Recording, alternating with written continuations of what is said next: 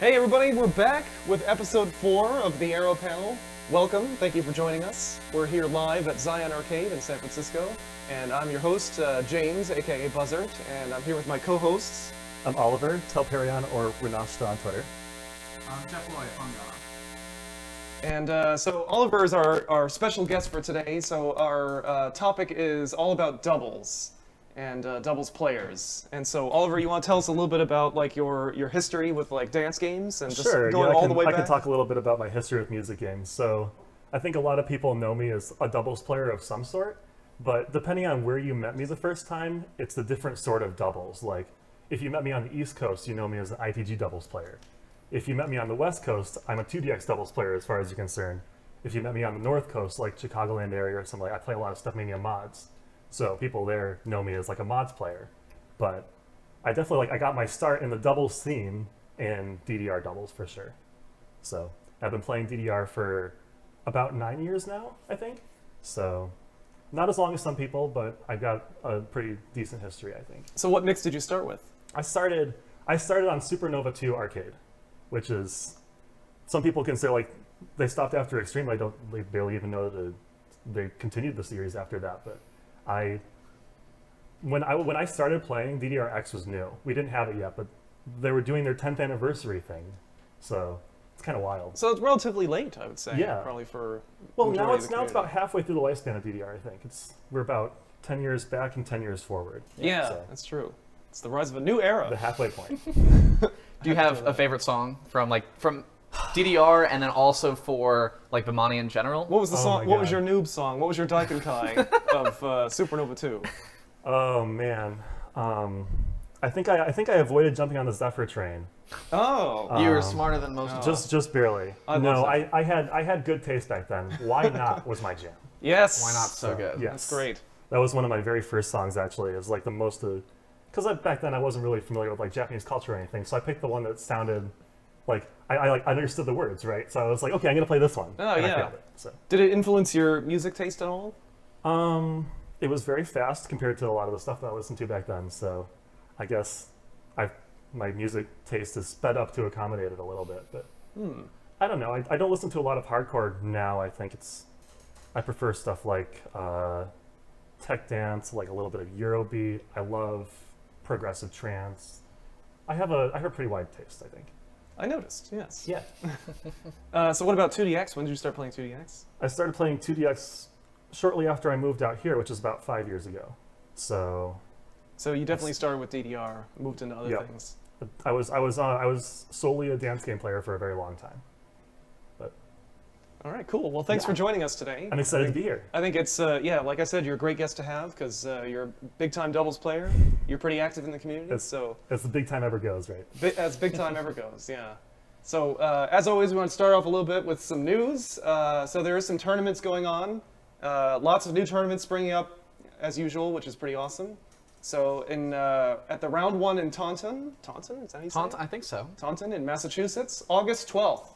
There's going to be a tournament there. So if you live in the Massachusetts area, you should definitely go check it out. This is DDR Ace tournament, by the way. DDR Ace tournament, yeah, because it's at the round 1. Yeah. And so definitely go check that out. And then we've mentioned this in the last 2 episodes, but Dave & Buster's Irvine, August 5th. We're all going to be there. So definitely, if you live in the Southwest or in California, you should go check it out. Are you good at Irvine? I might. Cool. I haven't made plans yet, but I might. Fair enough. There's a big caravan leaving the San Francisco The Bay Area. NorCal contingent, yes. Yeah, we're gonna have put up a picture of that round 1 bus. My ride is Oh, here. dude, I love those round 1 buses. They have round 1 buses in Japan that like pick you up from stations sometimes and like take you to a round 1, which is the coolest thing in the universe. Are they like actually like round 1 chartered buses? Yes. Or just Yes. Really? Yes, It's not round just like 1 logo. the logo plastered on the side just looks like a It regular is bus. it is painted entirely round 1. And it waits at round 1, and then it goes to the local train station. I was and going waits all the there. wrong round ones when I was in Japan. This so. I only found Yeah. one of them, and it was in Hokkaido that I. Okay. and- I saw one in Chiba. Okay, so basically, like, it was me and like one other like 60-year-old Japanese lady that was sitting on the bus, and they're like, "You have to be going to round 1. You can't just want to go to somewhere next to round 1." And I was like, "I'm going to round 1. Like, don't worry." I didn't get to ride it, unfortunately. It was like dark and shady, and the guy in there, the driver, did not look like he was happy. So I did not board the bus. But we'll have a bus. Not really. Not Just really. kidding. It'd be cool. It would be cool though. If anybody has a bus and they're leaving from the Bay Area, let me know. I'll hop on. In other news, there's another sight reading tournament coming up pretty soon. Well, no, this. Oh wait, which one? Oh, and in Chinatown Fair? Or no, it's That already happened. Yeah, so it's just okay. recently So happened, these yeah. are some results. that Yeah, we here's should- so Right. there was a ITG sight reading tournament. Hopefully you went there. New York City, Chinatown Fair. Good arcade. I've been there before. So it was Valix and Justin Berkowitz's 9th pack for the sight reading pack, and first place was Spencer Lopez. Yep. Very good DDR player. Also a good ITG player, as it turns out. Yeah, as it turns out.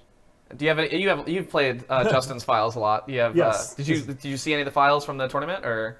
I haven't seen any yet, other than the ones that I already knew about. Okay. But, yeah, they're all very good. Like I love Valix's files so much. He's got great music taste, and does a lot of fun stuff with patterning. It depends on your taste, but I really enjoy it. Yeah. So Do you know if he posted it anywhere? I don't think it's don't think he released has yet.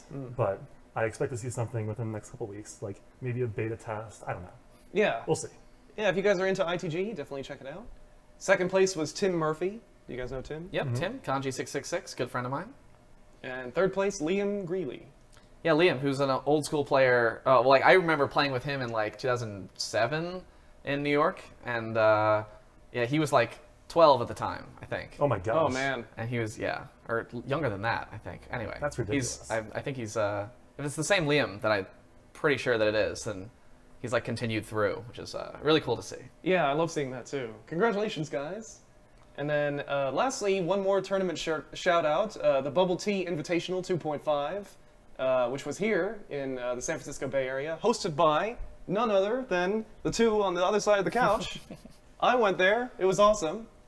So Jeff did Hojicha. You want to say what Hojicha stands for? Hojicha was hours of Jeff's incredibly complex and hilarious arrows. And Bubble Tea, Hojicha's style, whatever. Yeah. It was a pun. Oliver, We try to keep it in the theme, yeah. Yeah. yeah, Oliver's Beach Blast. Yes, Beach Blast or Beach Blast, depending on how you read it. So, we should mention what sight reading tournaments are for people who aren't familiar Sure. with it. So, Yeah, so sight reading tournaments like Valix's in New York and ours here we create charts to a set of songs that nobody knows about. Nobody has seen the charts. If you're entering, you have like basically no knowledge of what you're going into. So you have to play the game. You have to rely on your raw skill and your adaptability to, like, you're not going to know what's going to be thrown at you. So you have to like be able to react to stuff, like a wide variety of patterns, whatever the person decides to like. It could be some crazy stuff. Like in Jeff's tournament, we were playing the final round, and suddenly I see Trip Machine Evolution patterns, and I'm just like, I didn't practice enough DDR for this, but I caught on eventually. Mwahaha. yeah. I think sight reading It's tournaments exciting. It's exciting. I did mention this in the tournaments episode, but I love sight reading tournaments because it's like a really cool. You should definitely go if there's one in your area because not only is it just fun because the charts are usually pretty lighthearted and it's also kind of like a cool creative exercise from the people that make it. But they're also it's just like a good way to be on a level playing field with everyone because nobody's seen the charts before. Yeah. And so it's kind of a new experience for everybody. It's a nice shared Right. experience. Yeah. So for the first tournament, Jeff did Jeff's tournament was like I don't know, how would you classify it? Like It was just like a standard sight reading tournament. Standard So sight reading tournament? No craziness, like charts I didn't throw any mods or anything like Oliver did. Yeah. So it's just your basic charts. So first place was Chunka. It's Paul, who was Our guest last. our guest last week. So he happened to be in town for the weekend. Yeah. So yeah, he ended up taking first. Very impressive. Yeah, although not surprising, I have to say. It was still very impressive. Those are hard charts. Yeah, absolutely. Second place, Zetarux. Yeah, which it was neck and neck between Paul and Phil Zetarux. Also, I think the archive's on our It is on the Twitch stream. on the still, Twitch yes. stream, Oh, yeah. I think. So if you want to check out like how the finals went, you can go check it out. It was on the SF Evolve Twitch account. And yeah, Twitch.tv/SF_Evolve. yes, Check it thank out. you. But basically, like Paul and Phil were neck and neck until the final song, and then and even in the final song they were neck and neck. Like Phil looked like he had it, and then Paul came out on top. So it was just like a really, really exciting tournament to watch. Yeah, that was awesome. And then third place was you. Oliver. Surprising Surprising even us me, all. yeah. I Yeah. barely passed the last song for frame of reference. Like there's Paul and Phil are like way up here, and then I'm like, I walked off the pad and I was like, everything hurts. And then fourth place was our producer, Dalton. I did not pass. Dalton did not pass it. And I didn't even get to the last round, so. Beach Blast, first place was Funga. There's no collusion here, as many people want to say. I swear, he knew nothing. Yeah. I told my other roommate, but not. So but for, not Jeff. for Oliver's tournament was a mods tournament. Yeah, so a little bit different from your traditional charts. Like the arrows are not going to be following like your standard straight up and down patterns. It's like they could be anywhere on the screen. There could be distractions of any sort flying around. You have honestly no idea what's going to happen. Like in the first stage of this tournament, I had people play a mini game where you trace stars out by stepping on arrows in a sequence. So, and then their score on that mini game was added to their overall score for the round. So nobody knew that was going to happen. Yeah. So they might have had an inkling that something weird was going to happen in one of the rounds, but they had no idea what. So I was just like, oh, I'll just chuck it at the first stage. Just like let them have some fun. Once So- again, it's just like it's a totally different skill that it's exercising. You have How to- do you practice for stuff like that? Do you just play other like you sight can reading play other charts? mods charts if you want, or I think just being familiar with like you can play regular charts with the stock mods that are available in Stepmania and try things out that way. But So get used to like boost and yeah, wave and just that sort of try thing. reading things Flip in and ways that invert. are uncomfortable for you. Yeah, Yeah. flip, reverse, a little bit of sudden or hidden sometimes. I don't. But don't do lots it of at the different stuff. arcade because then you'll look like a. Oh no, do it like if you're confident, do it at the arcade. That's true. Whenever I You can- see you people can- do it, yeah. I'm just like, oh, he's just trying to show I, off. I love playing doubles on flip sometimes just to show off. Like Yeah. I'm a bit of show off sometimes. So I let myself go. Can you explain what flip is? Because Okay, so the mod that's known as flip takes all of your arrows and reverses the order that they are horizontally, right? So your left, like on single, your left column is now in the right slot and your down column is now in the up slot. On double, the whole field is reversed, so your left column, left pad is now in the right column, right pad slot. And then everything stacks their way around from there. So Which on double is even It's weirder. crazy. it's a little bit more complicated, but I think it's easier on double, but I'm kind of weird about that. Wow. All right. it's insane. Yeah. Well, once again, that's why we have you here. So second place was Andy457, who was also popped into the frame. I think it last time. surprised him a lot. Like he was very, very spooked by his result in the fourth round. I think he was very surprised by how well he. Wait, was he did. second or was he third? He was second in the. in the sight read tournament? Yeah. I thought Steven was second. Oh, Steven was second. Steven was Okay. second. Yeah. Okay, we got a little mistake. I might have reversed the order by accident. It's been a whole week. I forgot things. All right, well, so yeah, Steven was second. Yes. Andy457, third They place. both did very well. Yes. Yeah, that's a great tournament. All right, so now on to the main topic. We're talking about doubles today. So first of all, like what in your experience, like what is the draw to play doubles? Like why? What's the challenge? Why would I actually want to try starting out playing doubles? So I think in every game where I've started to play doubles, it's because I got dissatisfied with singles in some way. Like I can tell you when I started 2DX doubles because I reached a wall in single. Like a lot of people talk about this seventh Dawn on 2DX, which ends in the Safari, which has a very complicated roll pattern that can stump some people for a long time. They're not very familiar with how to do that. There's no good way to practice for it and feel confident about it. So a lot of people reach that point and they're like, they get stuck there for a long time. But I was like, I'll just try the other mode and see how well I do. And I realized that I really liked it, and I started to play a lot more, and things kind of spiraled a little bit out of control, and I left singles all the way back in the dust, and I play doubles now in 2DX. So a new So, challenge and a new just challenge, a good way to a little bit of overcome. mind stretching. You break through mental barriers a little bit easier too. Yeah, that's So, a really important Developing point, I think. flexibility too. What about you, Jeff? What's Yeah. your draw to double? I think the flexibility comment is really, really good. I just remember playing double at my arcade, like growing up. It was something new, and it helps you, like pattern recognition in any game is really, really important. And when you only have, let's say, 4 arrows in DDR, it's harder to, like, there's fewer kinds of new patterns that you have to be exposed to, so you can kind of get like locked in or stuck in some ways. But on double, like, not only is there a whole nother pad, so there's like how you adapt going from side to side, but also a lot of the stuff in the center of things Right. is really, especially in dance games, it's very, very important. So figuring out like how to cross over, like in double, sometimes if you don't cross over, like you're screwed. And on single, that's less true. Like you can usually get away with it in a lot of instances.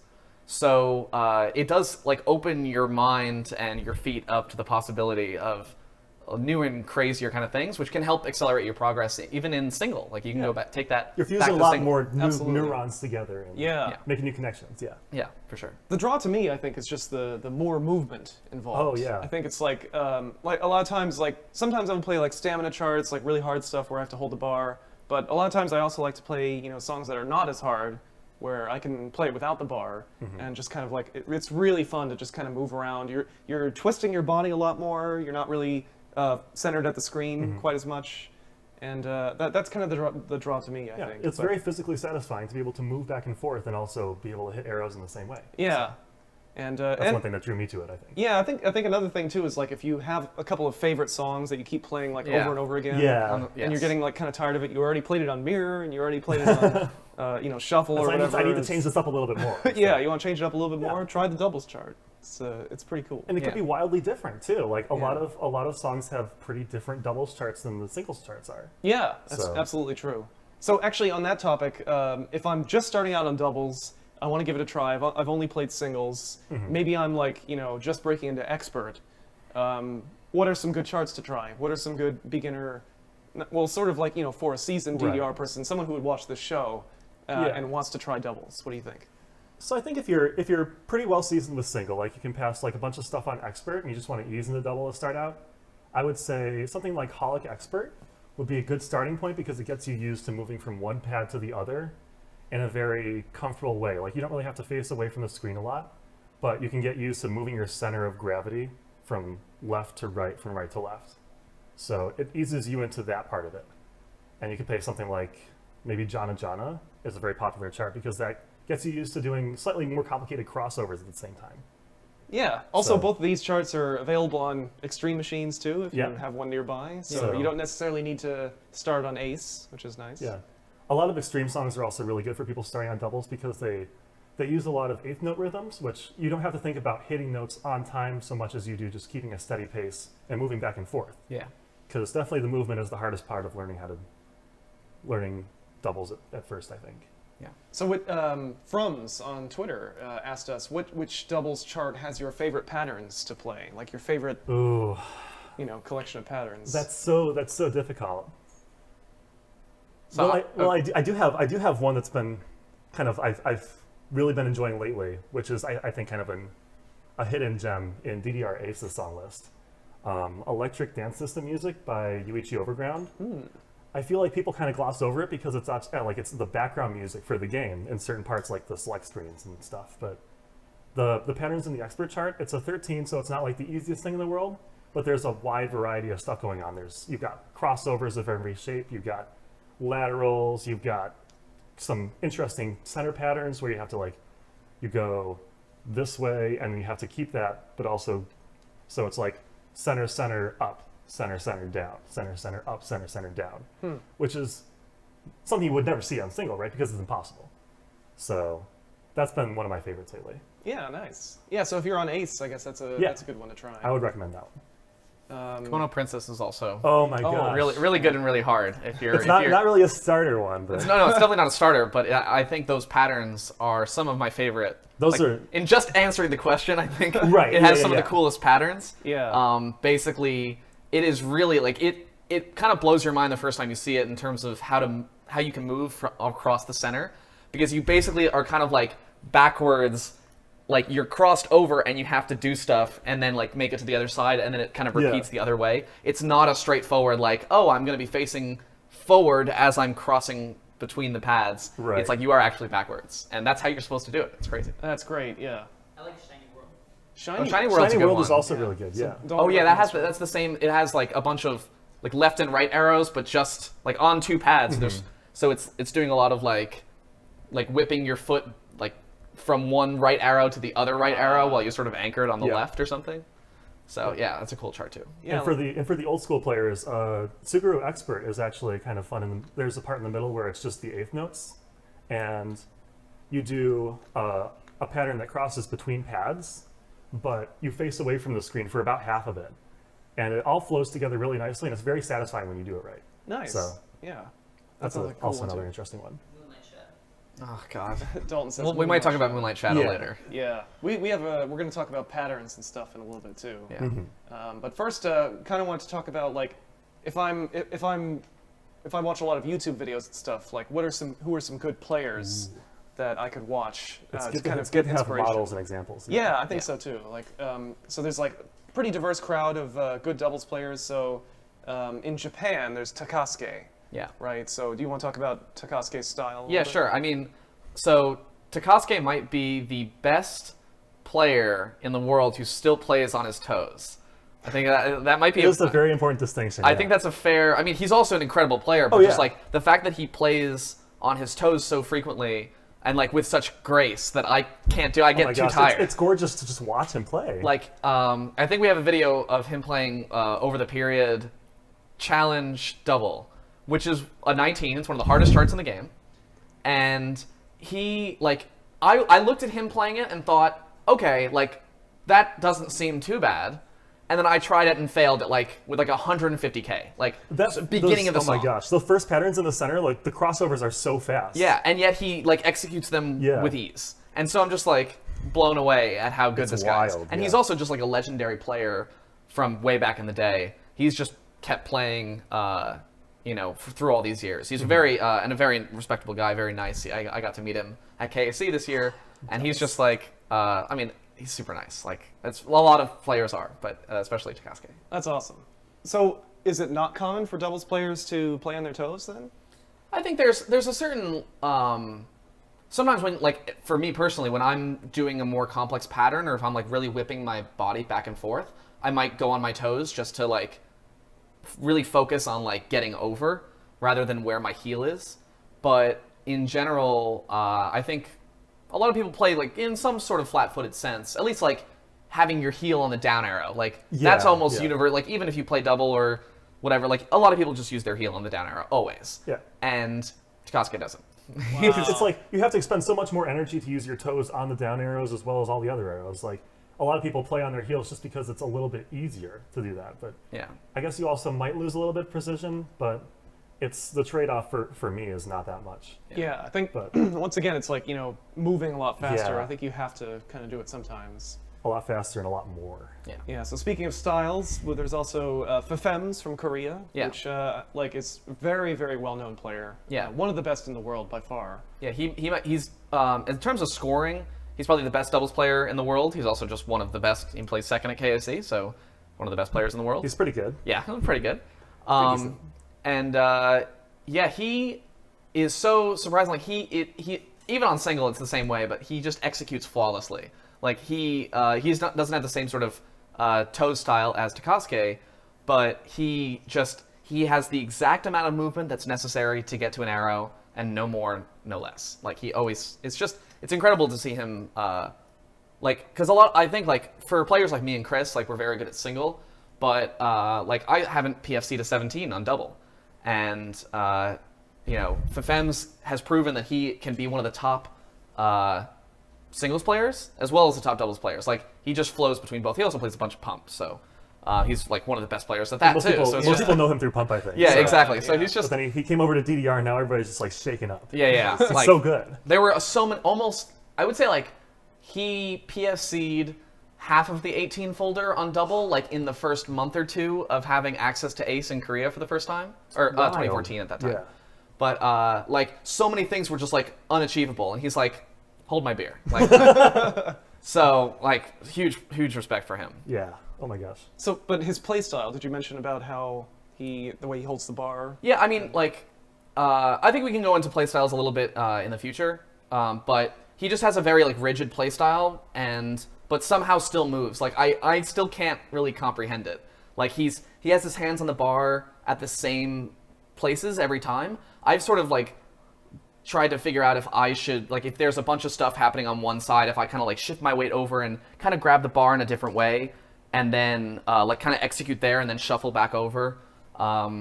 But he's very rigid, and I think that helps him be more accurate. I think I could learn a lot from his style of play. That's interesting. Yeah, you should check out some videos of him playing on YouTube. Yeah. If you want to get some inspiration Yes. for Yes. getting into doubles. Here in America, we have T Swag. Yeah.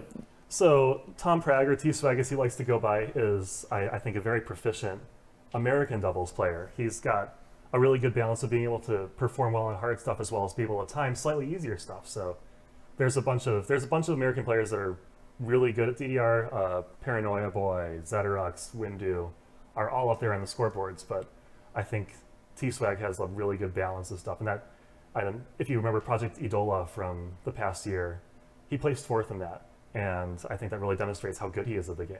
I don't think there's a whole lot of videos of him playing DDR specifically, but I wish he'd make more because it'd be cool to see like more American players play double at a high level, you know. Yeah, I feel like there is not enough.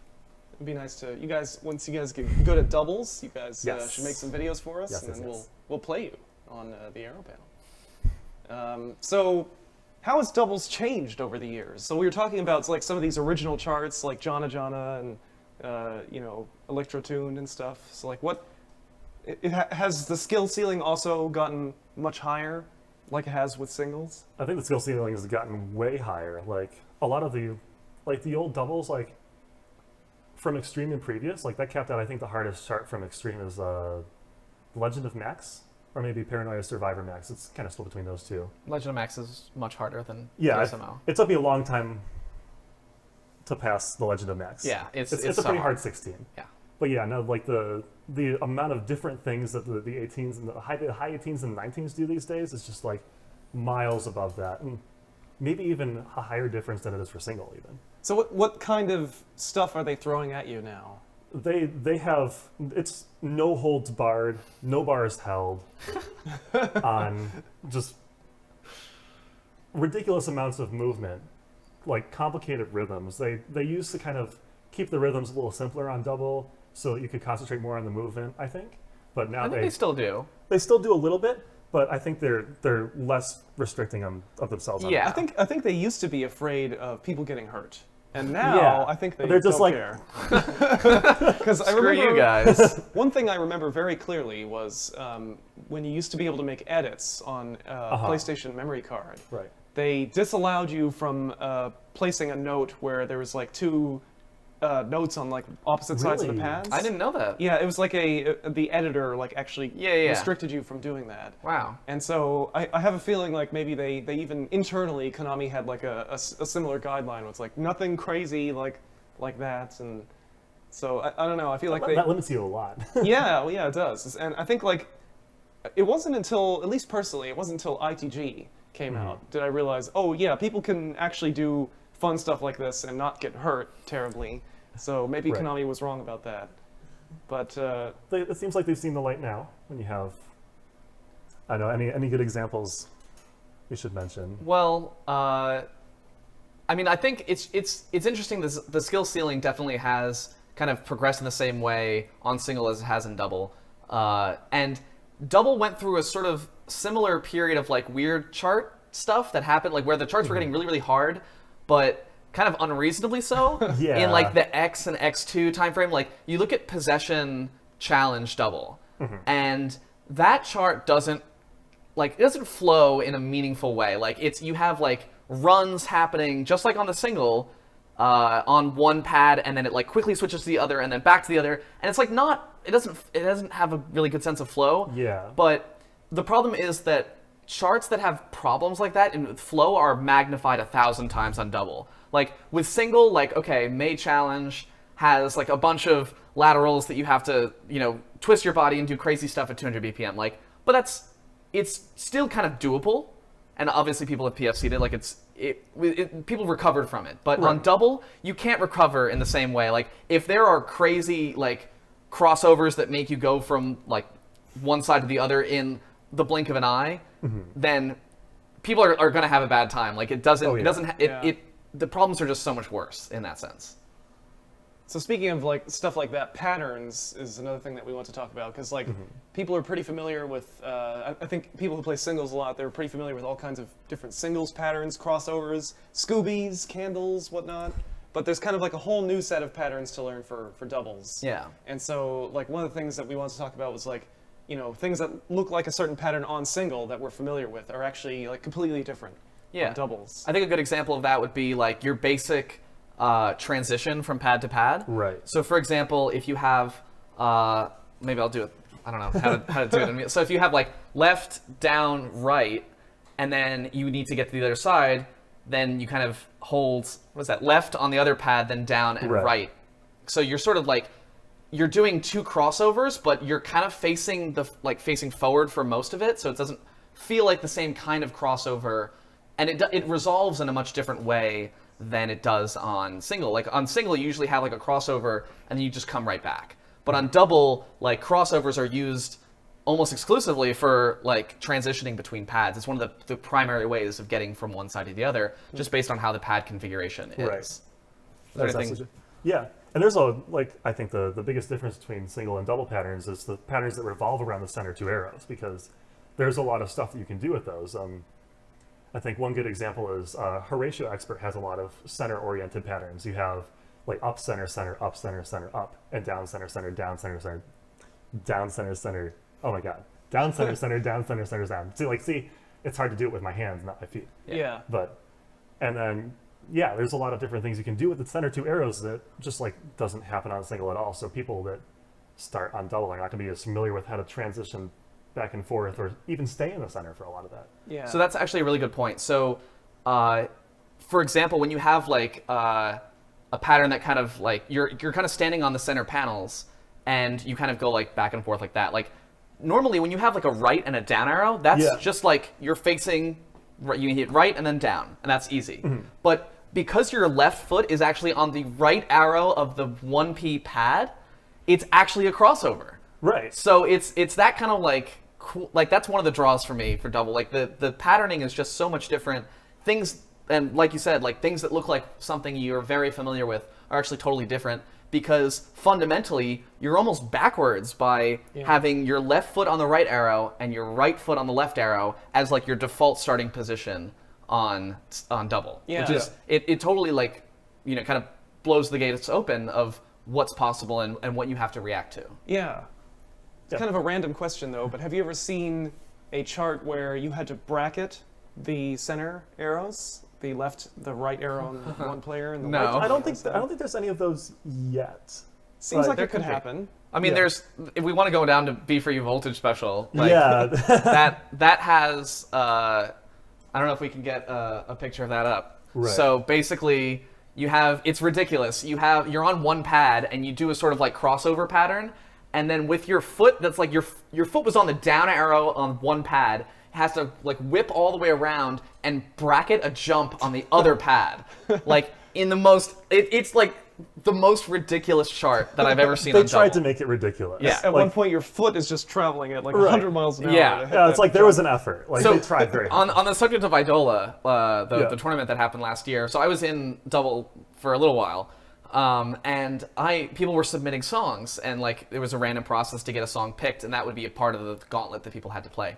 And at one point, I looked at the songs people picked, and like 6 people picked "Be For You Voltage Special," and I was like, how bad could it be? And I was like, oh God, please, I hope this doesn't come up. I hope this doesn't come up. Oh my God. And I think it did come up, and Oh. I think I got like a 994 on it, or a 992 on. Like I did That's not still full combo. extremely good I didn't, but I for that could never chart. full combo it. I tried Yeah. it so many times and I could never get it. And I saw a video of Takasuke or someone doing getting a PFC on Be For You Voltage Special, and I was just like mind blown. Like it was the craziest thing, just effortlessly. Oh, and you have to do it. You have to do it twice in a row. So it goes Yeah. da da da da da da da da da. So you don't even get like a chance to rest after the first one. You have to like switch your feet over to the other side and then do it again. Oh my God, Konami, why? So speaking of crazy patterns, there's also there's another pattern on Come to Life challenge, where you have to like switch your feet with a staircase run. Yeah. So that's kind of similar to Be For You Voltage Special, right? Where Well, it's much more common than like Be For You Voltage Special. I think is like an outlier, and that's a very Right, unique yeah. pattern. Yeah. But this sort of staircase pattern is very common in different charts, where basically you're on like in this like the sort of flow from left to right. It also can go from right to left, but you sort of do like 1, 2, 3, 4, and then you'd have to sort of like switch your foot a little. Like your left foot has to sort of like cross your right foot to get to the left Yeah. arrow on the other side. Yeah. So you sort of have to like I do a little like hop skip kind of thing. I like over. to think that it's like a replacement. Like your right foot is here, and now your left foot is here, and your right foot is gone. It doesn't really look like you have to do that because if you're looking at the pattern, it's kind of like it looks like a continuous pattern. Right. So Yeah, as a exactly. singles player, It's very deceptive. in yeah, that it's sense. deceptive. Yeah, Like, because you you're have to used be to able to handle that, alternating. Especially because the first half of it and like the second half, if you look at them in isolation, they are exactly the same patterns as you would do on singles. Like, left, down, up, right, you're going to do it the exact same way. Yep. And then it's only when you have to be like, oh shit, I have to be over there now, that you're like, oh, okay, now I have Yeah. to sort of like do this hop, skip, and a jump to get over there. And then again, it's the same as singles on the other side. Right. So- So yeah, the tightness of movement going through the center in that direction, like it's one continuous line, with like you're just a little off, but like you have to do that replacement with your foot. Like that's one of the drawbacks of the double patterns. Is like we talked about like all the exciting things that happen with the two center arrows. Well, that's one that's not. Yeah, because again, it's not Yeah. like doubles is backwards fundamentally. So Right. normally, like if you think about it, the fact that you're doing a singles pattern normally on one side actually means that you're kind of like doing a crossover on double because my your right foot on the right arrow. That's actually not normally what happens. It's supposed to be your left foot on the right arrow. Yeah. So you have to sort of like correct and do a crazy maneuver to like fix that in a sense. You guys- Doubles is the dual of singles. That's an interesting mathematical concept there. Yeah, it is actually. Yeah. Do you I guys like it. read a little bit slower on doubles Yes. because of these patterns where you have to start on the right foot? Well, I read slow in general on doubles because I play no bar mostly, so it's hard for me to like react to patterns that are very fast. If I gotta be able to move my center of gravity at Yeah. a moment's notice, right? So I typically read like maybe 75% as fast as most people would read, I think. Yeah, I that's my experience too. I think if you're just starting out on doubles, I would recommend reading quite a bit slower Oh, Yeah. yes. than you normally do. Maybe a whole X or I read a half speed slower as a general rule. Yeah. Like between a half and 0.25. But like I'm trying to boost that up a little bit. But yeah, definitely starting out, I'd say like at least Right. 1x lower than you normally would if you do use a speed mod. Yeah, and it's not as much of a detriment as you might expect because you are all the arrows happening on like twice as many columns. The chart that you see won't be as dense, so it's not like you really have to worry about like the arrows getting all bunched up, so you can't tell which one comes next. Yeah, that's true. yeah. Yeah. Actually, yeah, that's an advantage of reading Yeah. doubles, I guess. And it kind of makes you better at reading in general. I think so. Yeah. So, like physically, we want to talk about like the physical aspect of doubles too, because like we said, you move a lot more. So, do you have any like strategies for conserving energy or anything like that? I think a lot of doubles movement comes from the core, like the middle third of your body. So if you have like work on your core. yeah, so like keep your torso. A lot of crunches are nice, yes, but like keep your torso mostly facing the screen if you can, and let the lower half of your body twist, and that'll help you keep more balanced as well. And feel free, like if you're playing no bar, like feel free to like let your arms fall across your body as you move back and forth. Like that'll help you keep your balance as well. If you're, I don't really play with bar so much, so let's like Jeff or you can speak to that as well. But I mean, I play with bar. I think it's the physicality of it is obviously you're moving a lot more, so it's easier to get winded. So like keeping your stamina up in general, like I can do 18s and 19s on single, and a lot of times I sweat like the exact same amount by playing a 16 on double. And so like getting used to like whipping your body around, like I'm using the bar a lot for that. Like I remember playing Idola Challenge on double, and that is a 17, and oh my god, that is hard. it's pretty mean. from And what I it's got remember. like 12 note runs going across the pad, and I actually am not good enough yet to like have that kind of. You need a lot more arm strength, I think, to like really Definitely. be able to like keep yourself stable while you have to like travel across the pads. Yeah. So yeah, it's a whole nother ball game. I think there's a lot of like that core work and your kind of arm work that you need to keep up on double, especially for like obviously for the harder echelon Right. of things. Absolutely, yeah. Yeah. So bar. So like, if we want to go more into like bar holding, if I'm used to playing with the bar, Yeah. and I want to play like really hard stuff, any like should I be using a towel do you have a towel on both sides? Yeah, I don't have. Are you I don't, moving your hands? I That can't seems use like a it would get towel. really inconvenient. Yeah, the kind of the draw. I use a towel normally on single, but like because both of my hands are on the towel at once, they sort of like it doesn't slip on either side. Right. But I have to throw my towel like on the side of the machine when I play on double. You have to throw in the towel. Yes, I really just should because I'm very bad at double. Yeah, so like I'm basically holding like like the bars. Okay, hey, we have a nice visual right look at here. that, Oh yeah. yeah, look at that. So like I'm kind of holding like right here on both sides, and In then the center, yeah. Yeah. Well, yeah. Like wait, in the center? In the center of the two pads. Yeah. Yeah. Like I'm not holding Between here. Right, the yeah. bars. Yeah. So I think it's center oriented for the doubles configuration. right. Yeah. Yeah. So and then like I'm kind of, and I talked about this earlier a little bit, but I'm trying to figure out myself like what makes the most sense in terms of like, because sometimes I'm like holding it here, and then there's like, I know there's a big pattern coming up on this side, so maybe I like kind of shift over a little bit and like, because the more centered you are, the more it's like single. So if there's a lot of stuff happening on that one side and you don't have to transition over or very quickly, then you sort of can like leverage. I'm trying to like leverage all the single prowess on double Yeah. in that one specific instance. But that does mean that I have to correct when I start going to the other side, and so I sort of have to like shimmy my hand down and then do the same thing on the other side. But that doesn't always work. It's Just play no bar.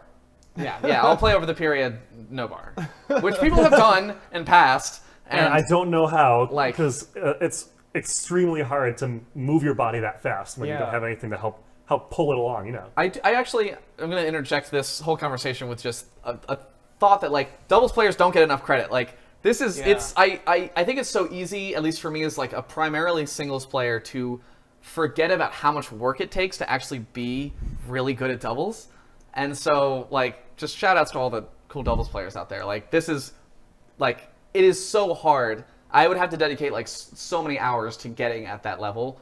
And I don't know if I could ever get there. Like it's just so it's so impressive, and I don't like watch doubles that much or anything. But when I do, it's like wow, that's crazy. Yeah. Well, on the topic of bar holding too, I kind of want to bring up the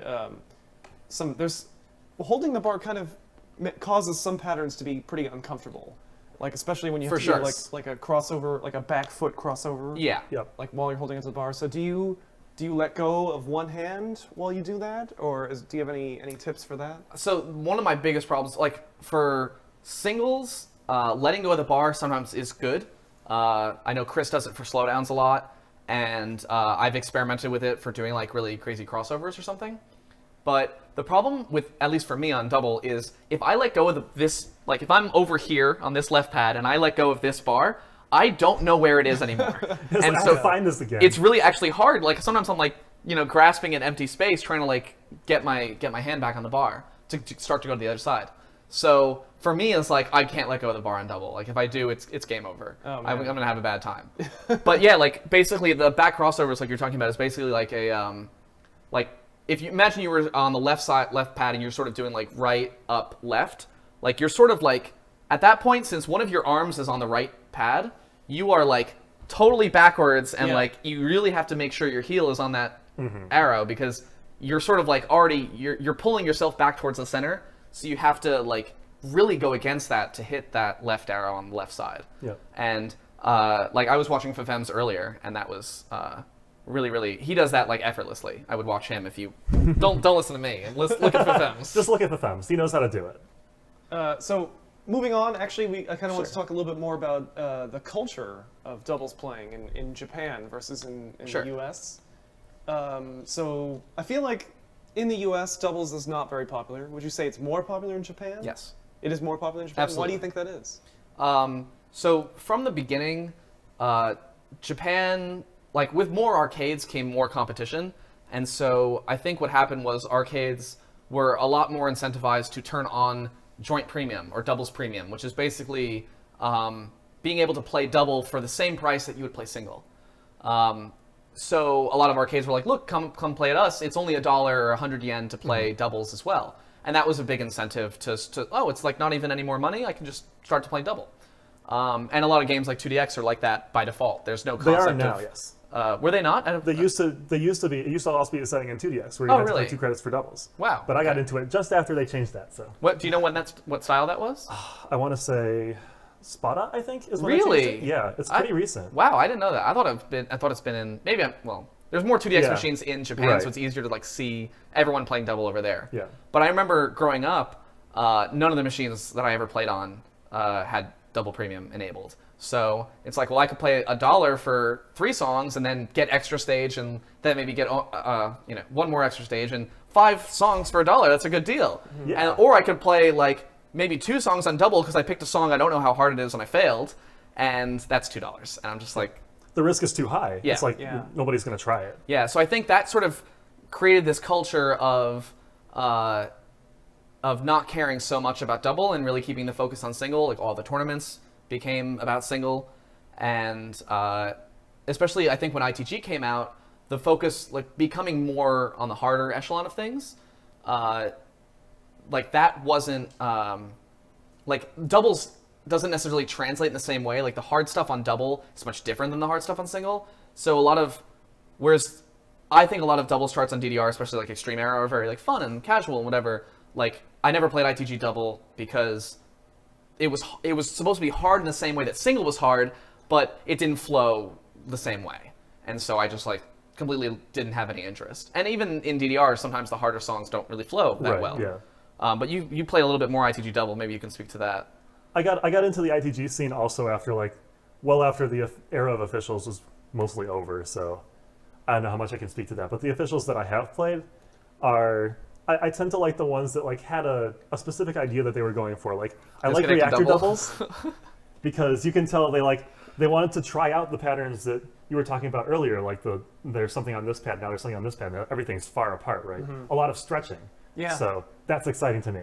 Also, disconnected disco bears mentioning because Of course. a lot of hand plants are in that chart, Yeah. and it's a lot of fun to play that. So, It's really, really funny. but yeah, a lot of the charts really weren't that exciting in their own merits. So, But you think it's different now?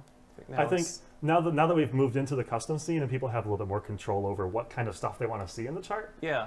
I think people are doing more experiments, taking more risks, and trying to they see what works and what doesn't, what people have fun playing, and I think we've come a long way since then. yes. Yeah, totally. So actually, Fraxtel in the chat was asking Yeah. if pad quality has played a role at all in United States versus Japan popularity of doubles. Yeah, that's a really good point that Yeah. I think I overlooked.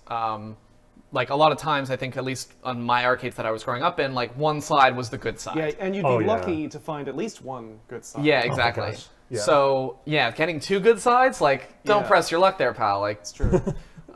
so yeah. Whereas again, the more competition in Japan, and just they had like more access to parts and support and stuff like that. Better so education about the machines as well. exactly, yeah. Like I mean, all of the machines in America were secondhand for a long Right. time. Not all of them, but a significant portion of them. So Yeah. it's like, yeah, this thing needs a new sensor. It's like, well, I don't know where to get that. So Yeah. no. So hopefully now that we have like white cabs, the new DDR ace cabs in the US, that could solve that problem potentially for a little while. I've definitely played. So I know for a fact round one, almost all the round ones have double premium enabled, and a lot of Dave and Buster's do. Not all. I know it's kind of like contentious. Some people, some like franchise chain, like that instance of the franchise. What's it called? I don't know. I don't know. It's Well, not, some it's stores not like formalized. It's not universally formalized yet. So Yeah. it's still a setting that can be changed by the specific arcade. Which Yeah. I've heard, I don't know if it's true, but I've heard that specific establishments like Dave and Buster's, if you find that, like they have like a global setting apparently. Yeah, where like that- it's supposed yeah. to be like a dock that all the text can look at and make sure the settings So- reflect the same. Yeah, Right. so if in your area you have like one Dave and Buster's that has doubles premium but another one doesn't, there's a good chance that maybe the official doc says that doubles premium is supposed to be enabled. Yeah. So inform your tech maybe that. Yeah, to I'm turn on. yeah, Yeah. Dave and Buster's, I think, because Mark Hansen now works there, and he was like pushing for doubles premium to be enabled everywhere. Okay, And so yes. I'm pretty sure it's supposed to be like that. And the same thing for round one, but like I think Concord doesn't have double, right? Yeah. I think it. Or does it now? I'm not sure, but Okay. I know like it's not the reset value for it. So it's if the machine becomes if the machine gets reset at all, like the techs aren't going to know off the bat. Oh, Right. it should be set back to joint premium. Oh, Which is yeah. why, you So- just, if you want to get started playing doubles and maybe it's too expensive for you, inform the tech. Yeah. Ask them if they're supposed to know if it's supposed to be doubles premium or not. Yeah. Yeah. So. But do it nicely. Yes. Yeah. Get them on your side. But I kind of miss the days where doubles used to be for rich people only. You can really show off your wealth by playing. I like when I was growing up, I limited myself to like 1 or 2 games of double. Like this better be a good one, as I'm like dumping tokens into the machine. But like, people are watching it. Yeah, They're people like, are watching. "Ooh, They're like, Right. wow, he's kind of money bags over here for 1 game. Yeah, put a Oh yeah, my put it on a gosh. tip pad. Yeah. Or if I ever found a credit in the machine, I was going straight to doubles. That's Oh, when I yeah. would play double. I'm already paying for one anyway. This one's free. Yep. So Ladies and gentlemen, you should do that. If you find a credit in the machine, Take try a doubles. chance. Try Do it. doubles. Take Yeah. a chance. Yeah. So Zanzibar on Twitter is asking, how do we actually get people to play doubles? How do we get more people to play doubles? So I think like doubles premium, for instance, is a really good way, and cab maintenance, maybe these new DDR8 cabs that we have now. So is Set there the anything stage else? for sure. I think lead by example. Play more doubles yourself. yeah. And people will see how fun it is, and then they'll play too. Yeah. So Yeah, more education about it. I mean, this is one of the Yeah. reasons we're doing this episode. It's kind of bringing Yeah. light to something that is usually overlooked, especially in the competitive scene. But Yeah. a lot of people play double, and they're like, I don't really know what to play. I don't know what's good. Some charts are, again, wildly different. So you might have really fun, a lot of fun playing one chart, and, you play the same thing on double, and it's like, oh, that wasn't fun at all. So finding the gems in the rough sometimes is challenging. So that's how you can help out each other with by being friends and sharing information. And now with like YouTube and stuff too, you can actually see the charts before you play it. Totally. Play it on Stepmania, although I don't really know how to play Stepmania on the keyboard. With it's a doubles. little tricky. Do you know? So, Do you do that often? yeah, I do write doubles charts to custom songs of my own sometimes, and I have my keys all mapped out to an index setup, so I can play it as if I have 2 feet and I'm tracing all the patterns on the pad just as normal. But it took a lot of work to like figure out how to set that up and then to remember how to play it, so I wasn't missing notes all the time and getting wandering off. Right. So- That's what I think my problem is. I lose track of. I'm hitting a key, but it took a lot not of that practice. key. Yeah. Wrong Yeah. key. Yeah. Pop all the extra keys on. Oh yeah. Yeah. Just The, leave the gaps. doubles keyboard with only 8 keys left on it. Just mutilate your keyboard. Just take everything off. How much do you care about doubles? But yeah, back to the topic of like getting more people to play doubles. Yeah. Like even if you can play harder stuff, like make sure to play some easy songs. Just like pop off on like "Break Free" by Ariana Grande if you like. It's Yeah. it's Oh, you so know, fun. Actually, it's so fun. speaking of Actually, like, it was really good. speaking of like opportunities to play songs, that you normally wouldn't play. Like that, a lot of times I'll skip over songs because it's like too easy. It's a 10. There's no harder Yeah. chart. But now, like if I'm starting on doubles, 10 is probably like where my skill level is. Exactly. Yeah. So you And get so- another crack at it. It comes back to being like something that's at your level. Yeah. So I had that experience with 2DX too. It's like now suddenly I can play a lot of the easy songs that I skipped over. There wasn't charts for it. there's a lot of good easy songs that don't have higher charts in 2DX. Yeah. So definitely worth it. Yeah, so try some easy ones. They're fun too, because like I said, you don't have to hold on to the bar. You can move around a lot. You can twist. So yeah. Speaking of twisting, I also kind of wanted to. Speaking of twisting, I also want to talk about Pump It Up actually, Ooh. because I think primarily our audience is mostly DDR, but there's like a big difference in doubles on DDR versus doubles on Pump It Up.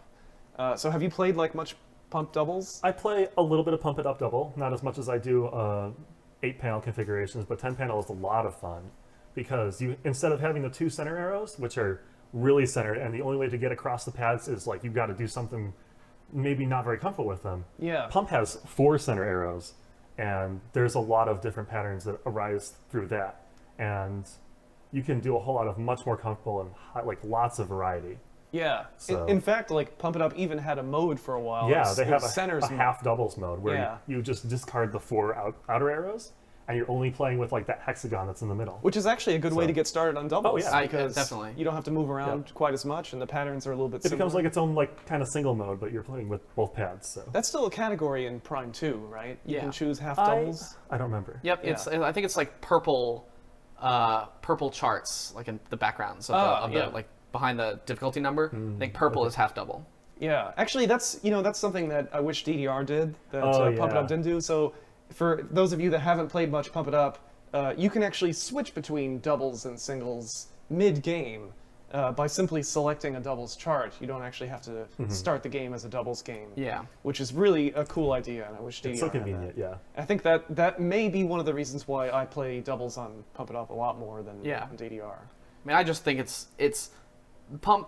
It does seem like the focus is on double more than on single. Right. Yeah. I would say the reverse is true in DDR and ITG. So it's really really cool because they've never held anything back on double. Oh my Oh, gosh, yeah. no. So Absolutely. it's always been that's actually the hardest spectrum of things is on double. Yeah. Whereas on DDR, it's always been well, you can play the hardest stuff on single, or you can play the hardest stuff on double. They've been single and double are intertwined in Pump in Yeah. a very unique way. Yeah, typically in the Pump It Up tournaments that I've seen, towards the end of the tournament, in the final rounds, they're all doubles charts. Yeah, Yes. that's what WPF does, I Yeah, think, right? the official tournaments also do that. So. Yeah, and I think that's a lot of the tournaments that you might have seen come from the WPF rule set. Yeah, they often follow that same format. But it's total mastery of the game. Single and double are not separate modes. It's you need to be good at the entire game in order to perform a pump. Yeah. So, And there's which I just think so is many a great attitude to have. Yeah, there's so many cool patterns that you can Oh, do with yeah. the full. There's just runs. I can't actually do them. I can do a lot of stuff on Pump Double, but I can't do runs that just have the four center arrows.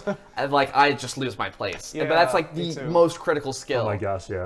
It's almost kind of like a guessing game for me. I'll just kind of hit, I'll just, wherever my foot is, I'm just all right, put the foot down now. And then 50, It's I'll be right or I'll be wrong, but I gotta keep moving. yeah, it seems like a 50-50 Yeah. chance. And then I'm ooh, Yeah. I got that one. I vividly remember playing Mobius Strip D14, which has a significant 4 center arrow pattern in it, Oh, yeah. until I could full combo it, and I was just okay, I'm gonna get comfortable with these patterns.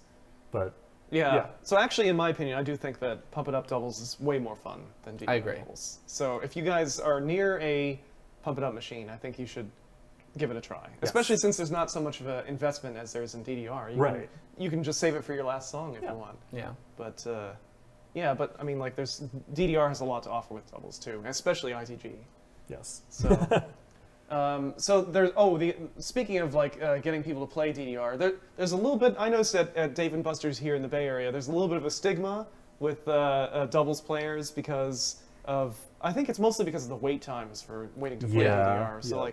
there's I know personally I'm every game because there's such a long line. Every game is always going to be a versus game so that everybody gets a chance to play. And when I want to play doubles, I kind of feel like I don't want to hold up the line Yeah. by doing that. So, what should be our official statement about this problem? So you got to be able to let other players play the game the way they want to play it. Some Yeah. people play doubles, and that needs to be respected. Right. There's a lot of shade that gets thrown around at doubles players for they're they're playing hogging the double when machine. they're hogging. Yeah. It's just a different way of playing the Right. game. Yeah. It's part of the game. It's a mode that you can pick. Especially if it's too if it's not joint premium, if you have to pay twice. You're paying for both sides. You should get to enjoy both sides. I mean, I don't think that I should be able to stand on one Right. side and play single and then put another credit and let it fail and be no, I don't want to play with anyone. It's just don't be shitty about things, right? Yeah. If someone wants to play double, let them play double. If you are one of those players that likes playing double and you notice there's a huge line and you could play single, maybe choose single instead and try to go with someone, get the line to speed up. It's a two-way street. You can't be mad at people for the way they want to play the game, and you should also just be mindful of how you're playing the game and how that might affect others. Right. I would definitely mention that if you are here, if you are at the arcade to play double, that you don't interject yourself into the single line and play versus with somebody at the same time. Yeah. Because then you're kind of double dipping, and it's Oh yeah, definitely it's not don't nice do to that. do That's that. not. Yeah. Yeah. You're not Because every now and then that happens, and I'm just yeah, you're just kind of hogging the machine now. So. Yeah, I could see Yeah. that. Yeah, so maybe if you're with your friends or something, Right. or if there's not a big line, it's good. But yeah, I think personally, I'm not holding grudges against people wanting to play doubles because I Yeah. think, I hope not. like you said, it's a way to enjoy the game, and Yeah. everybody's there to enjoy the game. Exactly. Just chill out. It's cool.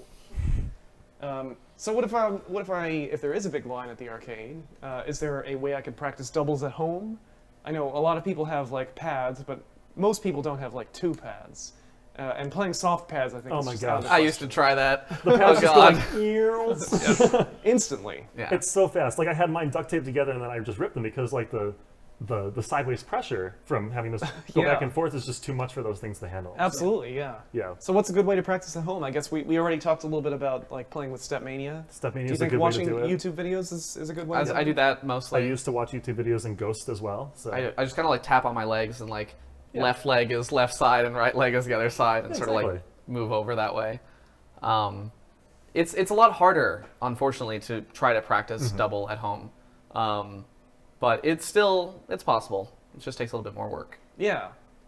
Okay, so I think we're going to wrap up with a little bit of Q&A. So if you guys have any questions, tweet at us. We're at SF_evolved, or post in the chat, or you can comment on Facebook. I don't know if anybody's checking that, but let us know if you have any questions, or if you want to share your experience with doubles, or if you want to, if you have any words of inspiration for getting people onto doubles.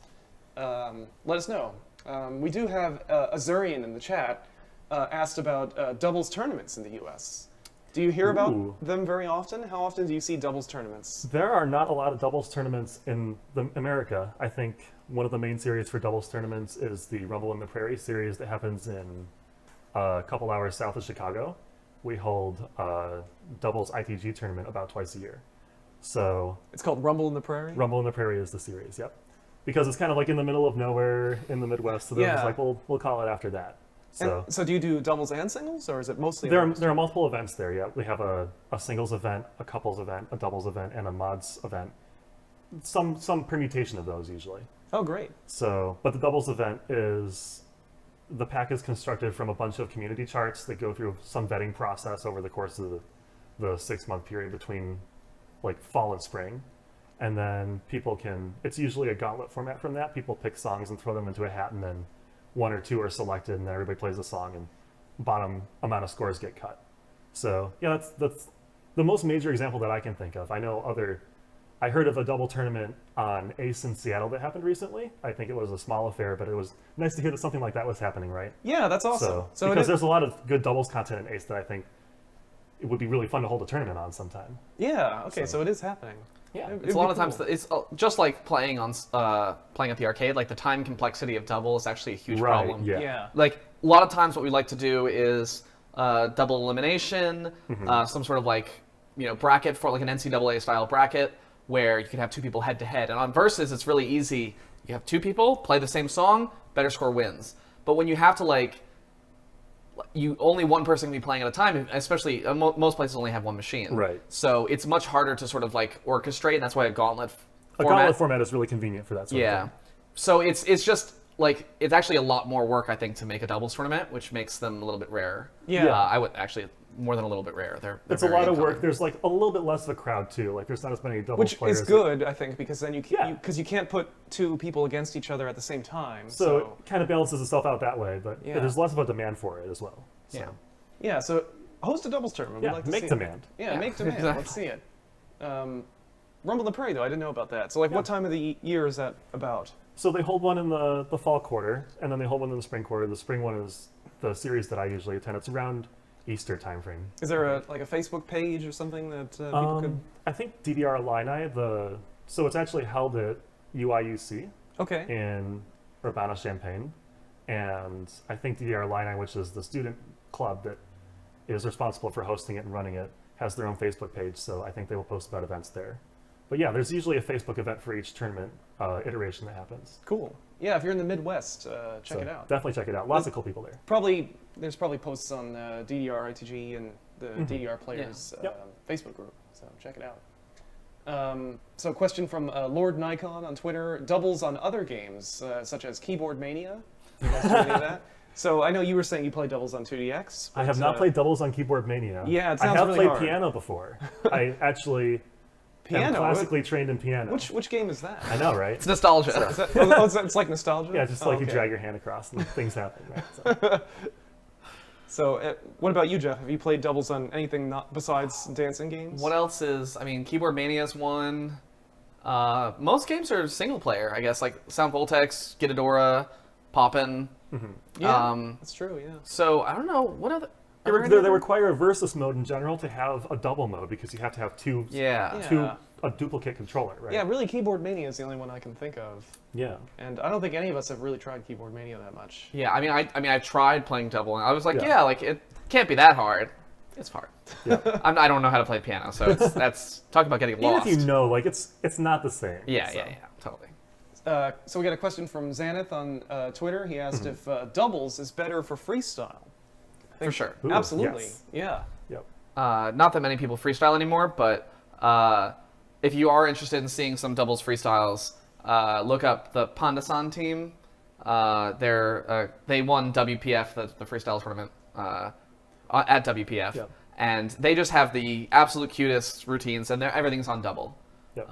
In general, Pump has even still has a very strong scene for freestyle. Yeah. A couple of the freestyles happen on single charts. There's no. Yeah. I don't think there's any restrictions on what you can choose. But just wanted to mention for people who don't know, Pump It Up actually has like, classically, I don't know if they do this anymore, but there's sort of a division between freestyle charts, which are normally like really easy doubles charts, and then Nightmare, which is like the stamina difficult charts. I think the names have been taken out, but the distinction is still there. Yeah. Somewhere in the difficulty selection menu. Maybe the color coded too. I think? No, well, the problem is like they moved everything over to just being like double is like the green background stuff. Right. And they are now free to make any number of doubles charts that they Yeah. want. It Right. used to be that there were 5 difficulties in Pump. I think it was normal, hard, crazy. Those were singles difficulties, and then freestyle and nightmare were doubles difficulties. Right. So Right. they really had to like shoehorn things into those categories. Like freestyle was obviously very easy, like you said, and nightmare was on the harder side of things. Yeah. So now they can actually create a doubles chart that's like a doubles 10. And it wouldn't have fit in really either category, Right. but Right, it right. actually is a way to ramp up on double on Pump. Yeah, so usually like the doubles 5 or 4 is going to be like Typically those It's like are a the freestyle freestyle slot, kind of, yeah. yeah. There's Yeah. also a freestyle, there's the blue one is freestyle. Yeah. Like there's actually a freestyle class of charts, which are very easy. Yeah. I guess it depends on which version of Pump you're playing. Yeah. Yeah. Zanzibar on Twitter is asking about the worst doubles chart and why is it Curious Expert? Ooh. Do you know, Curious? Were you just talking? I don't. Oh, It no, that was definitely- Chicata that you were talking Yeah, about. Chicata is a little special. Okay, because so of- I'm surprised we actually didn't talk about this. The worst doubles chart is probably Rescue Me, right? Rescue Me is. I think if I were to pick a worst doubles chart, it would probably be Rescue Me. And the interesting thing about that is, I think they had a plan in mind when they wrote Rescue Me. There is a theme throughout the chart where you have one foot on one arrow and you reach across like an up or a down, and then you have to swivel very fast and hit the other one. And then they kind of ease you into it through the first half, and then the second half they introduce freezes to make you do it. But it was a cool idea, but it really didn't work out that well, and you just kind of have a mess on 8 arrows. Yeah. So, A mess on 8 arrows. Yeah. That's the theme of this. definitely particular not part. something I would try to sight read ever again. But I only had to do that once. Yeah. So I wonder if there's anything really excruciating bad besides that. Any ITG charts with hands that you can think of where they were really going ham on hands? oh, I can't think. I mean, I didn't really play ITG Double that much. So you like Disconnected Disco. That I one love had hands. Disconnected Disco. Those like that's But- it's but cute, right? it's- but like I wouldn't- stuff I like wouldn't- Rescue okay, Me is like in such a different class of Yeah. like just dumb garbage that you don't want to play. I remember the last time we played Disconnected Disco on doubles. It was at a party and everybody Oh was my drunk. gosh. So that's a fun Kids, chart don't to- try this at home. Yeah. Don't try this at home, but if everybody's drunk, put on Disconnected Disco on your local machine. I played Disconnected Disco on Double Expert. I passed with around 60%. You had exactly 60%. a exact 60. I meant Oh, sorry, you a, said- a space round. Sorry. 60%. I thought But it you was said around. exactly. I was so impressed with myself because I was very drunk.